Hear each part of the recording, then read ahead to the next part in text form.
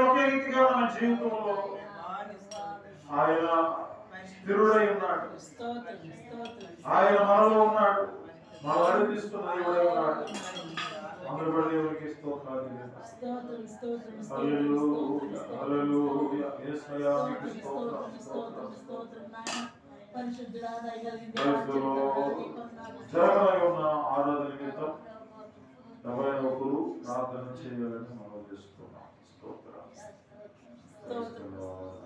స్తోత్రం స్తోత్రం స్తోత్రం నాయనా పరిశుద్ధుడా దయగలిగిన దేవా ఆశ్చర్యకరుడా ఆలోచనకర్త గొప్ప దేవుడా శక్తిమంతుడా బలమైన దేవుడా నీకు వందనాలు స్తోత్రం నాయనా పోయిన పునరుద్ధానం నుంచి పునరుద్ధానం వరకు నాయన నీ పరిశుద్ధమైన రెక్కల సాటును భద్రపరిచి నీ కృపలో బలపరుచుకున్నాయన నీ బలాన్ని నీ శక్తినిచ్చి నా తండ్రి నువ్వు నడిపించుకున్న విధానం బట్టి నాయన ఇంకా రావాల్సిన బిడ్డ దగ్గర మీరు మాట్లాడి మహిమపరచుకున్న నా ప్రభ పరిశుద్ధాత్మ శక్తి ద్వారా బలము ద్వారా ఆత్మ ద్వారా అభిషేకం ద్వారా జరిగించమని అడుగుతున్నాం ప్రభ నాయన నీ కొన్నాళ్ళు స్తోత్రం నాయన పాటలు అందరు నా ప్రభ ఆరాధన అందరు నాయన నువ్వు తోడుకున్న దేవా నీ కొన్నాళ్ళు స్తోత్రం నాయన ఇదిగో నా తండ్రి వాక్య భాగంలోకి వెళ్తుండగా పరిశుద్ధాత్మతో మీరు మాట్లాడమని మీరే ఉండి మాట్లాడమని అడుగుతున్నాం ప్రభ మీ మాటలు మేము వినడానికి మాకు సహాయం చేయి మీరు మాతో మాట్లాడమని ఆయన మీరే శక్తి ద్వారా బలము ద్వారా ఆత్మ ద్వారా అభిషేకం ద్వారా మీరుండి మాట్లాడమని మీ శక్తితో మాట్లాడి ముందుకు నడిపించమని మా ప్రభును మా రక్షక యేసుక్రీస్తు వారి నామములో అడిగి వేడుకున్నాము తండ్రి.